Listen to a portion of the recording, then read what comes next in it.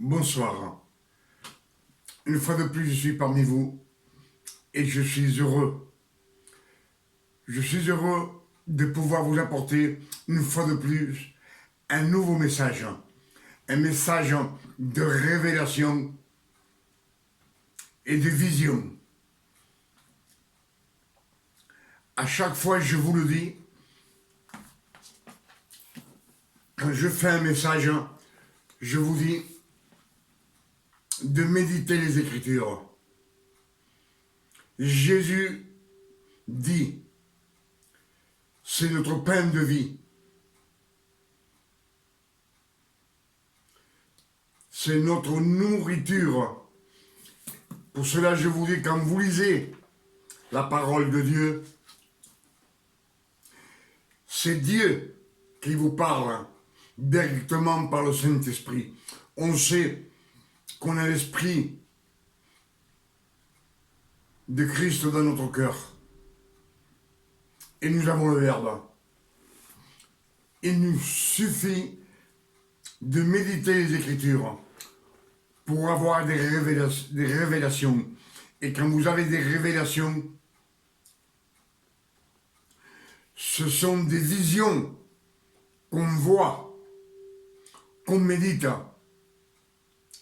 Quand on arrive à lire les Écritures, il y a toujours une parole où le Saint-Esprit vous arrête et il vous dit de la méditer. Pour cela, dans les Écritures, il est écrit « Méditez nuit et jour ». Méditez nuit et jour la parole de Dieu, afin que tout vous réussisse.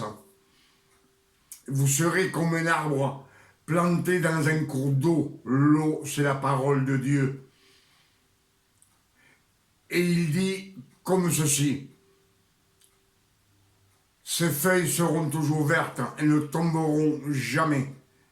Et tout vous réussira dans la vie. Et moi, ce que je vous conseille, à chaque fois je vous le dis, c'est de méditer les Écritures. Ce qu'on va méditer aujourd'hui, ce soir, on va le méditer ensemble. Ce sont des révélations sur la jeunesse.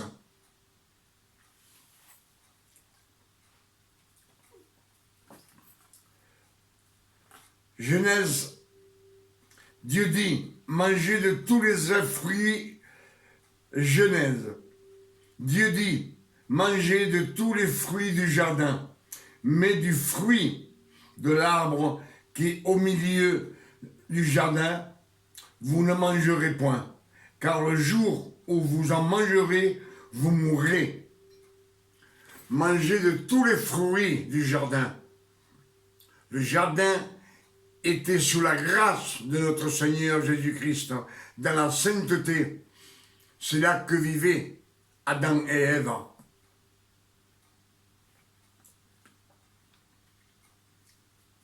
On peut manger de tous les fruits. Et 1 Corinthiens 10, verset 23, dit comme ceci, tout est permis, mais tout n'est pas utile, tout n'édifie pas. C'est-à-dire que dans la vie, on peut tout faire, tout est permis.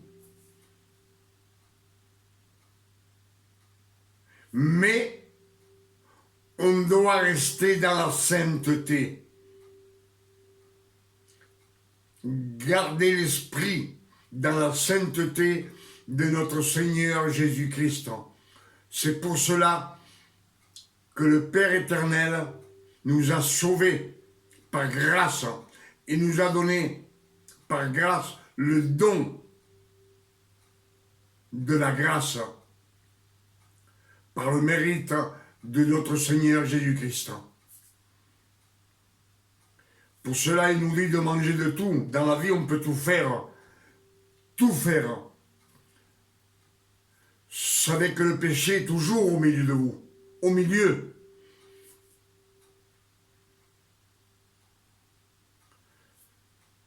Je pense que vous me suivez.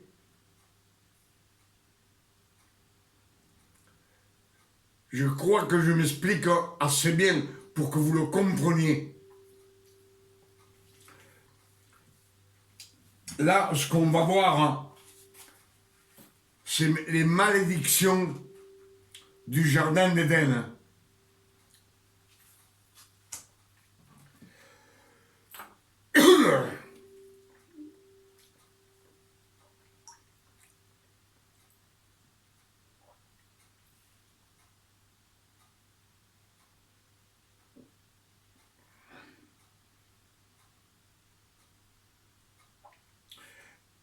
Et on va lire Genèse 3.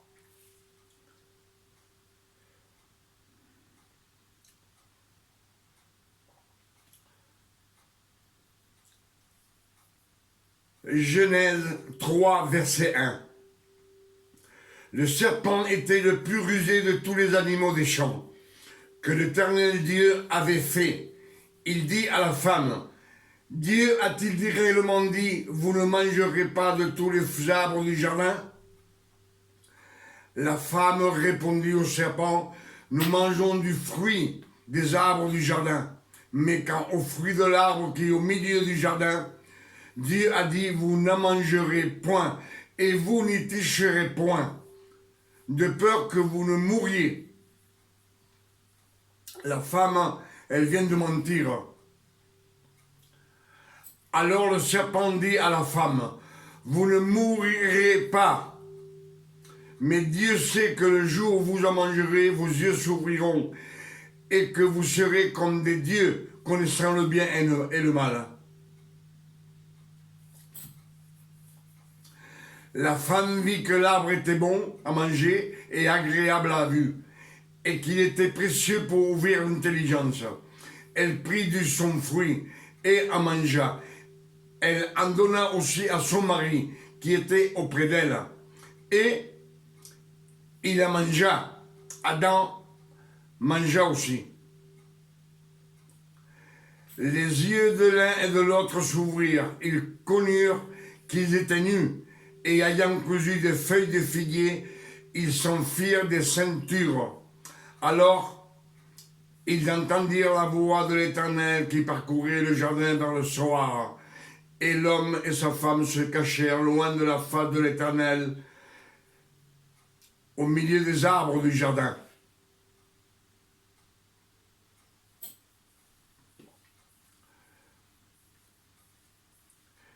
Mais l'Éternel Dieu appela l'homme et lui dit, « Où es-tu » Il répondit, « J'ai entendu ta voix dans le jardin, et j'ai eu peur parce que je suis nu, et je me suis caché. » Et l'Éternel Dieu dit, « Qui t'a appris que tu es nu? Est-ce que tu as mangé de l'arbre dont je t'avais défendu de manger ?» L'homme répondit, « La femme que tu as mis auprès de moi m'a donné de l'arbre, et j'en ai mangé. » Et l'Éternel Dieu dit à la femme, « Pourquoi tu fais cela ?» La femme répondit, « Le serpent m'a séduite, et j'en ai mangé. » L'Éternel dit au serpent, « Puisque tu as fait cela, tu seras maudit entre tout le bétail et entre tous les animaux des champs. Tu marcheras sur ton ventre et tu mangeras de la poussière tous les jours de ta vie. Je mettrai l'inimité entre toi et la femme, entre ta postérité et sa postérité. Celle-ci t'écrasera la tête et tu lui blesseras le talon. » Il dit à la femme, « J'augmenterai la souffrance de tes grossesses. Tu enfanteras avec douleur, et tes désirs se porteront vers ton mari, mais il dominera sur toi. » Il dit à l'homme, « Puisque tu as... » Il dit à l'homme, « Puisque tu as écouté la voix de ta femme, et que tu as mangé de l'arbre qui au sujet je t'avais défendu, et je t'avais donné cet ordre, tu ne mangeras point, le sol sera maudit à cause de toi. c'est à force de peine que tu en tireras ta nourriture. Tous les jours de ta vie, il te produira des épines et des ronces, et tu mangeras de l'herbe. C'est à la sueur de ton front, c'est à la sueur de ton visage que tu mangeras du pain, jusqu'à ce que tu retournes à la terre, d'où tu as été pris, car tu es poussière et tu retourneras dans la poussière. Amen. Là, ce que nous voulons de voir, c'est la deuxième création. On sait que le Père éternel est omniprésent, omnipotent et omniscient. Il sait tout, il connaît tout, donc il ne peut pas se tromper. Tout cela qu'il vient de faire, il le fait à conscience. Avant que cela n'arrive, le Père éternel sait qu'ils vont pécher. Pour cela, tout est prophétisé à l'avance. Il y a 6000 ans, tout cela a été prophétisé. Et on voit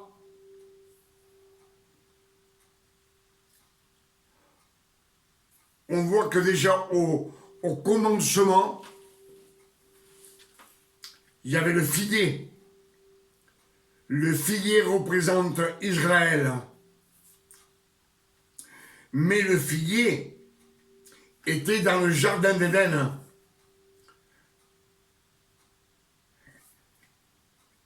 Le figuier était dans le jardin d'Éden.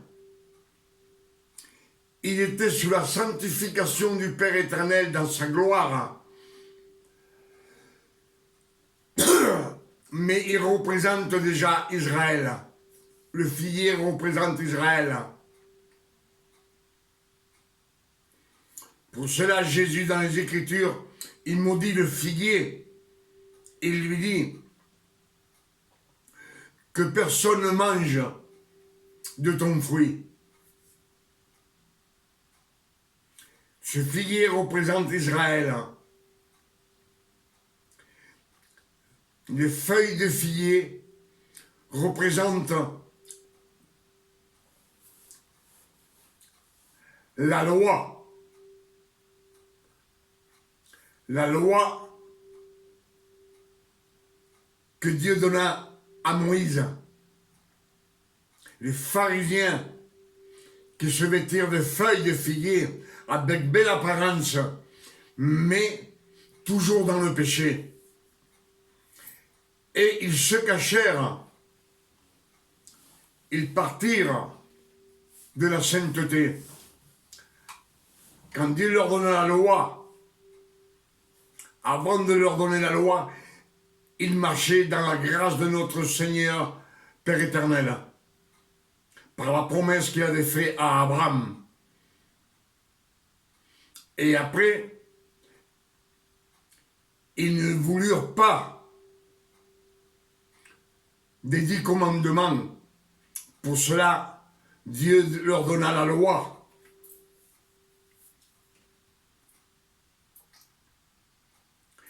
Et ils marchèrent tous dans le péché, dans l'abomination, avec les idoles.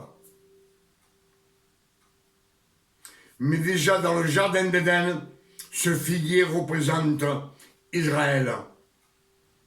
Israël qui est parti de la sainteté, il s'est caché au fond du jardin, loin de la face de Dieu.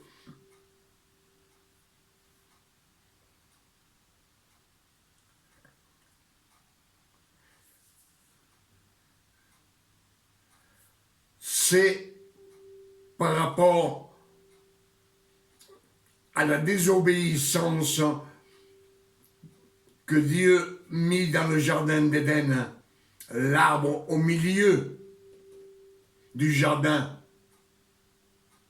Il leur dit, tu ne mangeras point, car le jour où tu en mangeras, tu mourras. C'est une malédiction que Dieu lança avec un propos de reprendre par amour, sa création, ce que lui avait créé avec tant d'amour pour nous.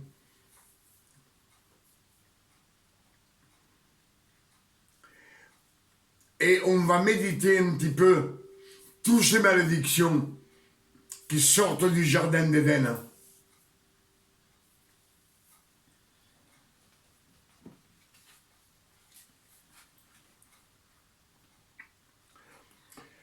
Genèse 3, verset 14.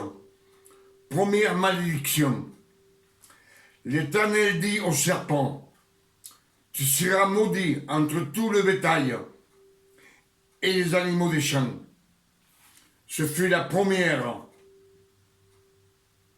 malédiction. La seconde malédiction, l'Éternel dit au serpent, tu marcheras sur ton ventre et tu mangeras de la poussière tous les jours de ta vie. C'est la deuxième malédiction pour le mal, pour Satan.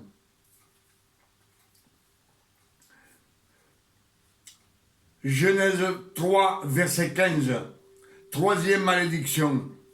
Je mettrai inimitié entre toi et la femme, entre ta postérité et sa postérité. Celle-ci t'écrasera la tête et tu lui blesseras le talon.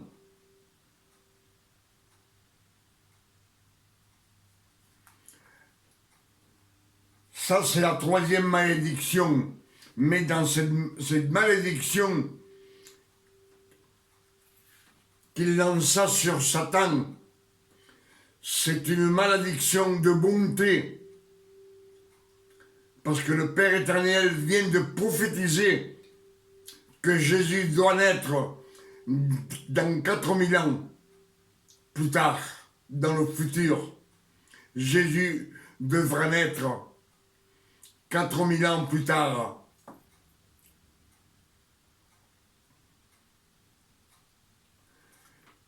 Déjà, il nous donne la naissance.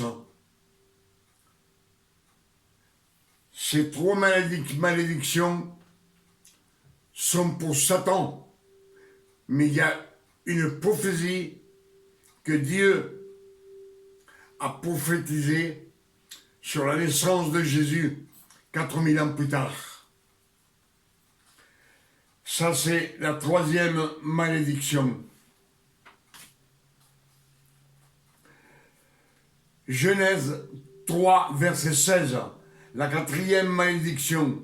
Dieu dit à la femme,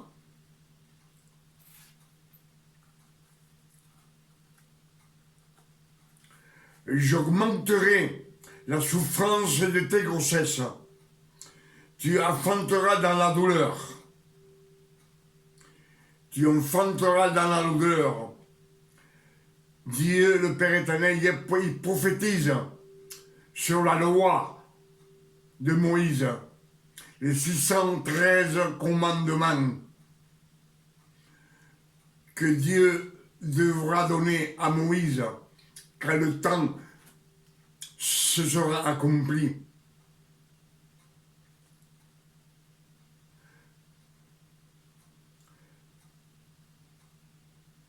Genèse 3, verset 16, cinquième malédiction.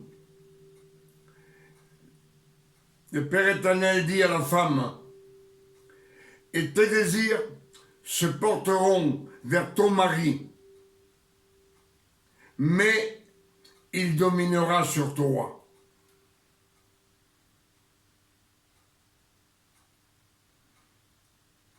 Là, le Père éternel, il prophétise que la loi doit dominer sur le peuple d'Israël. La loi, elle doit dominer, comme domine de nos jours dans le monde, beaucoup de personnes qui sont dominés par la loi, comme ceux qui font encore des sacrifices de bêtes.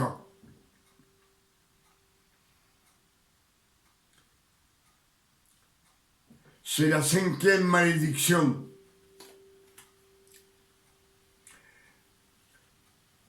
Genèse 3, verset 17. 6e malédiction. Dieu dit à l'homme, le sol sera maudit à cause de toi. C'est à force de peine que tu en tireras ta nourriture tous les jours de ta vie.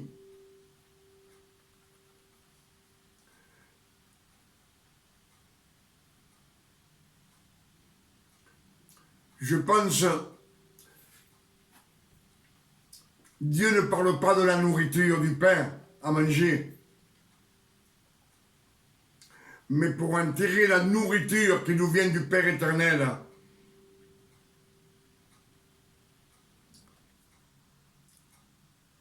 On doit travailler tous les jours de notre vie.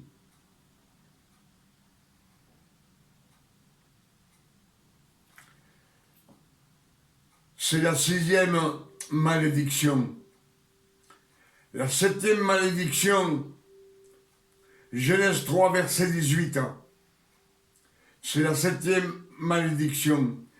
Dieu dit à l'homme, le sol te produira des épines et des ronces, et tu mangeras de l'herbe des champs.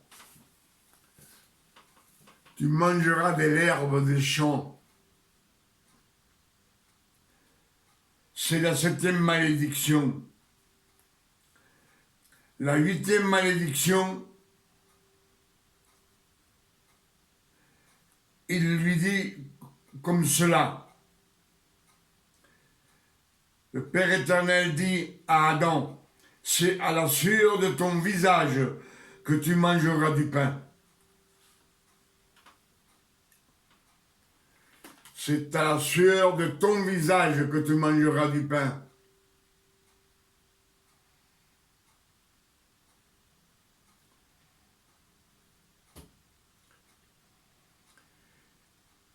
Et on sait bien que de nos jours, pour manger, il faut travailler. Mais pour recevoir les révélations et avoir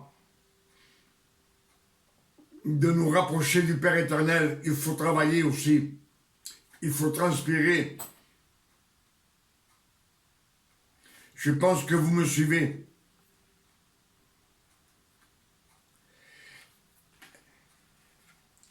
Et la 10e,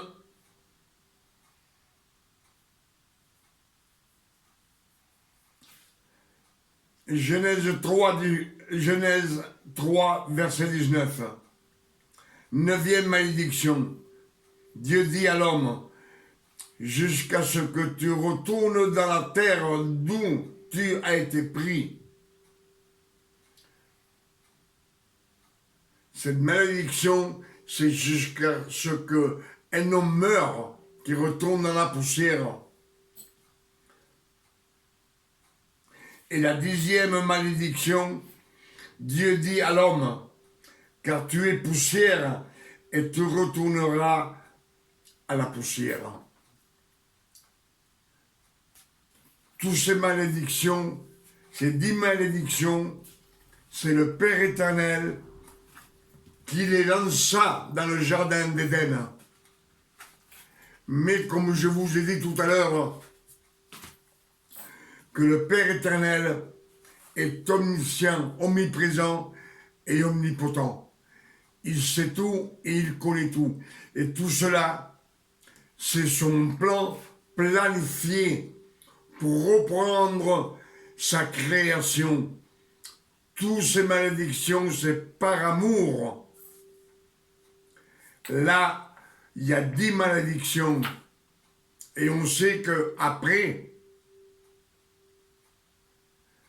le Père éternel lança encore une malédiction sur Ésaïe. Il leur dit, mets-leur un manteau dans les yeux pour qu'ils ne voient pas, et des bouchons dans les oreilles pour qu'ils soient sourds. Pour le monde entier, c'est encore un commandement, mais c'est un commandement d'amour. c'est pour que quand Christ vienne, que personne ne le reconnaisse. Et c'est ce qui arriva quand Christ se présenta comme le Fils de Dieu. Personne ne voyait le Fils de Dieu en Jésus. Il voyait un homme de 30 ans. Mais c'est une malédiction, tout avec un propos pour que Christ puisse accomplir toutes les Écritures et toutes les prophéties et toute la loi que le Verbe avait donnée. Parce que si le Christ aurait été reconnu comme le Fils de Dieu, il n'y aurait pas eu de sacrifice. Il n'y aurait pas eu d'effusion de sang. Et sans l'effusion de sang, on n'aurait pas pu effacer toutes ces malédictions, toute cette agression des hommes.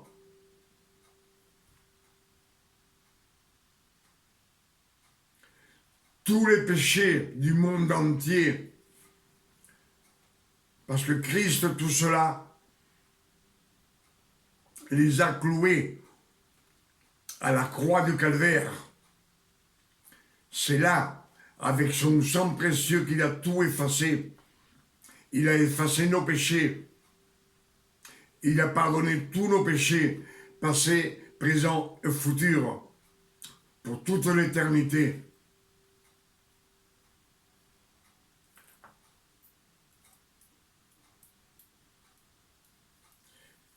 Mais quand le Christ est venu,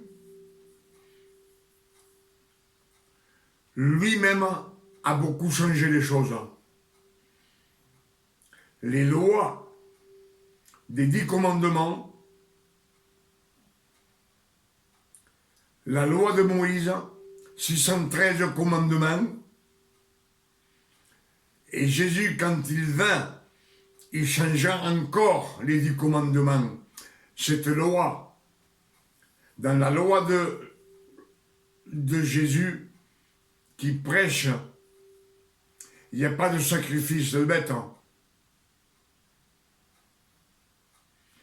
Mais il nous dit de faire des sacrifices avec nos corps.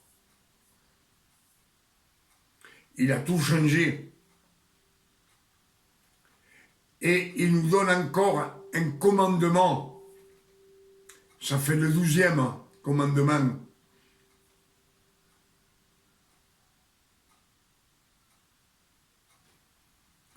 C'est rendez à César ce qui appartient à César et à Dieu ce qui est à Dieu. C'est ce que dit Jésus dans les Écritures. Je pense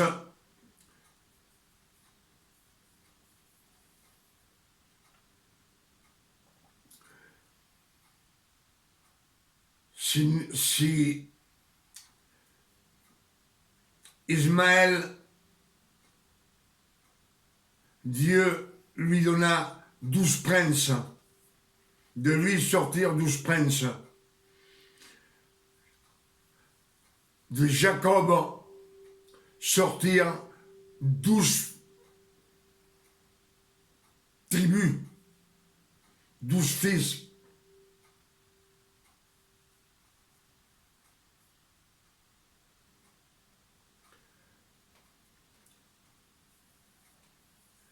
Josué prit 12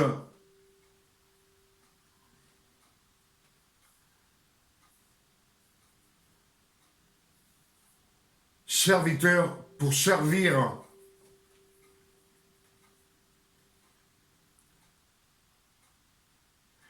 et Jésus prit 12 apôtres pour servir Jésus. Ces apôtres devaient mourir sur la croix, exactement comme Jésus, sur une croix maudite. Et tout cela a été fait par amour pour nous, l'amour de Dieu pour nous reprendre, sa création.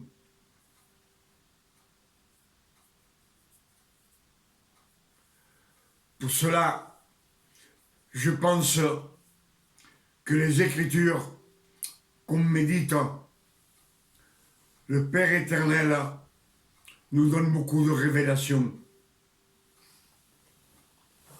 par le Saint-Esprit. Et ce qu'on a médité ensemble ce soir, c'est que toutes ces malédictions, ce sont des prophéties pour l'avenir.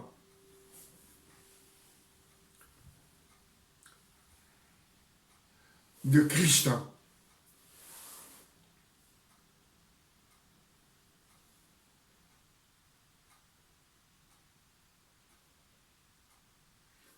Pour cela, Jésus dit, aimez-vous.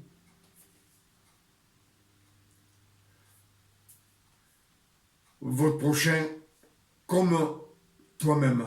Aime ton prochain comme toi-même. Aimer son prochain, c'est pas seulement de le dire avec la bouche, mais en action.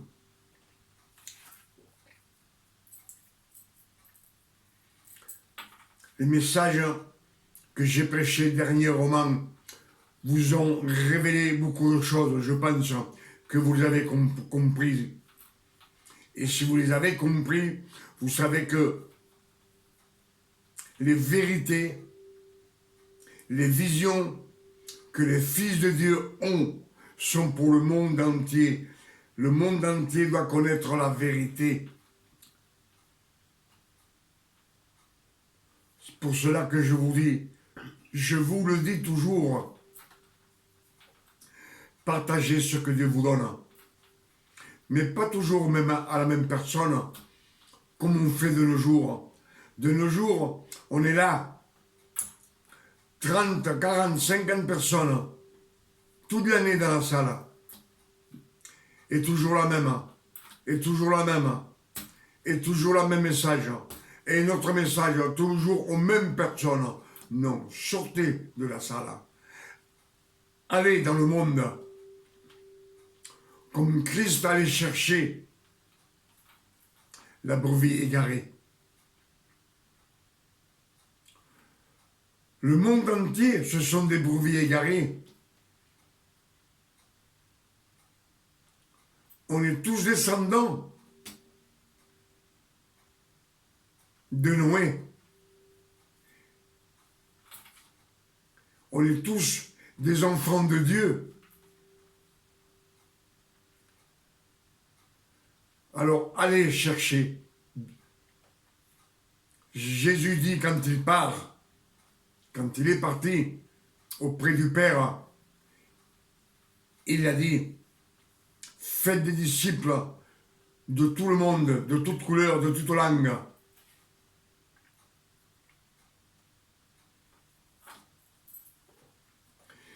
Si vous voulez gagner des âmes pour le Père éternel, allez vers les incrédules, allez vers le monde, les hommes de mauvaise vie, les femmes de mauvaise vie.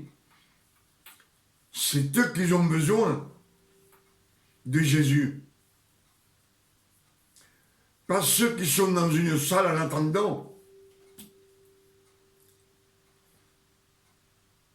Quand les 140 qui suivaient Jésus dans la chambre haute, quand ils reçurent l'Esprit Saint, le Saint-Esprit, ils partirent dans le monde de prier, à droite et à gauche, voir s'ils pouvaient rapporter des personnes, des âmes sanctifiées. N'attendez pas qu'ils viennent à vous.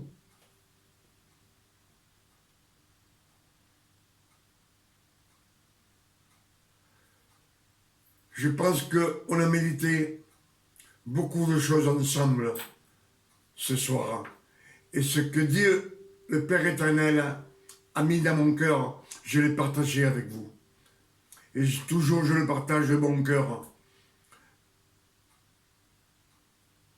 Moi, mes souhaits, c'est que vous puissiez grandir dans le chemin de Jésus.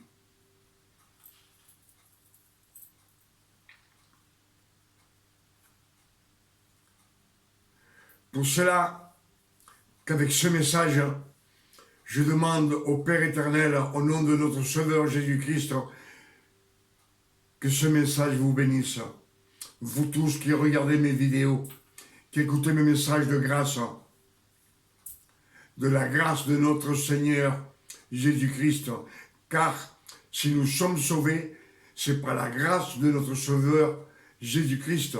Le Père éternel le dit dans les Écritures, vous êtes sauvés par grâce, par la sainteté de Jésus. La grâce, on ne la mérite pas.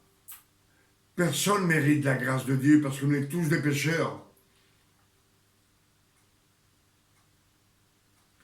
Mais s'il nous donne la grâce de notre Seigneur Jésus-Christ, c'est sa sainteté qui vient sur nous. Pour cela, les fils de Dieu ne pêchent plus.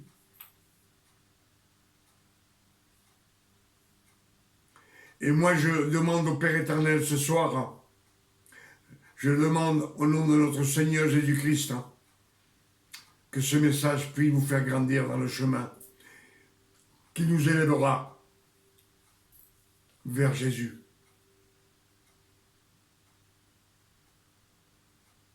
On sait bien que Jésus dit, je suis le chemin, la vérité et la vie. Il dit, je suis la lumière du monde. Cette lumière nous vient des Écritures. On dit que de ce qu'on entend vient la foi. De ce qu'on lit, des Écritures, de la parole de Dieu, vient la foi. Je pense qu'on a médité beaucoup de révélations ce soir ensemble. Pour cela, je vous dis ce soir que Dieu vous donne une nuit de repos, de tranquillité et de paix. Vous, pour vos enfants, pour vos amis, pour vous tous qui écoutez mes messages de la grâce. Et je souhaite que vous sortiez de la loi. Car Jésus dit, je t'ai racheté de la loi. Viens à moi. Alors sortez de la loi. Je vous dis dans tous mes messages, la loi, quand quelqu'un se met à genoux, il revient à la loi. Même si vous le faites par amour pour le Père éternel. Mais c'est dans la loi. Si vous jeûnez, vous retournez dans la loi. Si vous demandez pardon à Dieu, vous retournez dans la loi. Et Dieu ne veut pas que vous retourniez dans la loi. Dieu veut que vous veniez dans la grâce. Il vous le dit. Je vous ai racheté de la loi. Venez à moi. Vous n'appartenez plus à la loi. Vous appartenez à celui qui est né, qui a ressuscité de la mort. C'est Jésus.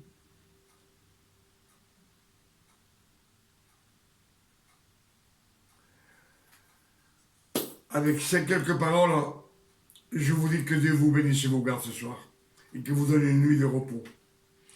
Je demande au Père éternel dans le bon nom de notre Seigneur Jésus-Christ. Amen. À bientôt si Dieu le veut.